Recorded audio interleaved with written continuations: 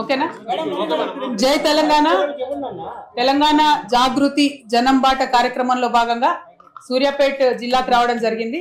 మరి ప్రత్యేకించి సూర్యాపేట జిల్లాలో తుంగతుర్తి నియోజకవర్గంలో ఇప్పుడు తుంగతుర్తి హెడ్ క్వార్టర్కి వచ్చినాం. ఇక్కడ తుంగతుర్తి హెడ్ క్వార్టర్లో 30 పడకల హాస్పిటల్ గత 40 సంవత్సరాల నుంచి ఉన్నది. మరి ఆ 40 సంవత్సరాల నుంచి ఉన్నటువంటి 30 పడకల హాస్పిటల్ని 100 పడకలు మార్చాలన్నటువంటి ఉద్దేశంతో 2018లో ఇక్కడికి ఆనాడు కేసీఆర్ గారు వచ్చి మాట ఇవ్వడం జరిగింది. ఆ తర్వాత 2022 వరకు కూడా దానికి మొదలు మోక్షం లేకుండా పడి ఉన్నది. 2022లో కరెక్ట్గా ఎలక్షన్లకు సంవత్సరం ముందు జీవో వచ్చింది. ఆ తర్వాత హరీష్ రావు గారు వచ్చి శంకుస్థాపన చేశారు, అప్పుడు హెల్త్ మినిస్టర్గా. కానీ ఆ తర్వాత ప్రభుత్వం మారిన తర్వాత మళ్ళీ కొత్త ఎమ్మెల్యే గారు వచ్చి మళ్ళీ శంకుస్థాపన చేశారు. ఆ 2 సార్లు శంకుస్థాపనలై కేసీఆర్ గారు హామీ ఇచ్చిన తర్వాత కూడా దాదాపు 2018 to 2026 ఇప్పటి వరకు కూడా పెండింగ్ ఉంది హాస్పిటల్.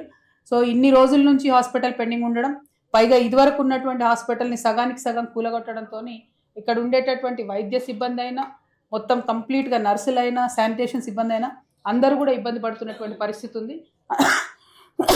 అందరికన్నా ఎక్కువ ఒక 6 మండలాల నుంచి దాదాపు 3.5 లక్షల మంది ప్రజలు ఈ హాస్పిటల్కి వస్తారు. కాబట్టి ప్రజలు ఎక్కువ ఇబ్బంది పడుతూ ఉన్నారు.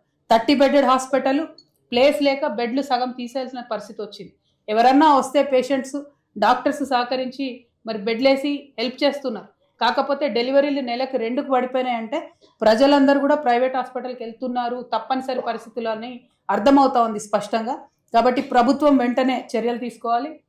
ఇన్ని సంవత్సరాల నుంచి పెండింగ్ ఉన్నటువంటి ఈ బిల్డింగ్ని మరి త్వరితగతిన కంప్లీట్ చేయాలని చెప్పి నేను డిమాండ్ చేస్తూ ఉన్నాను.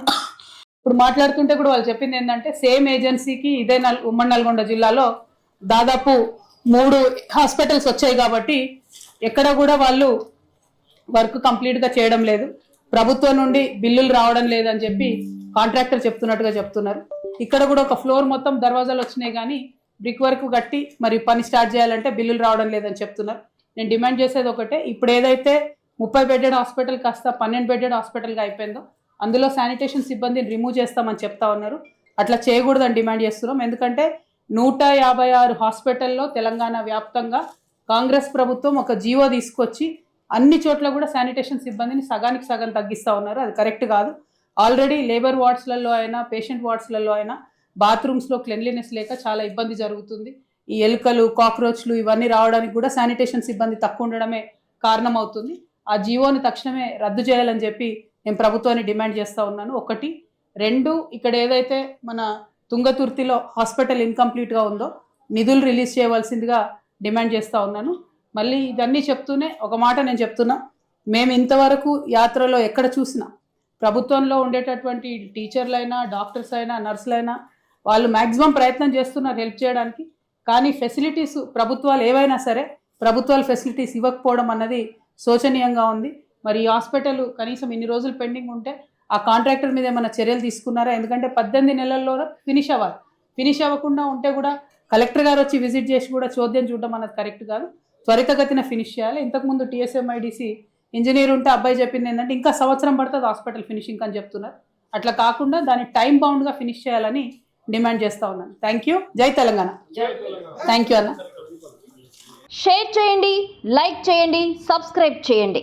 మరిన్ని వీడియోల కోసం బెల్ సింబల్ పై క్లిక్ చేయండి.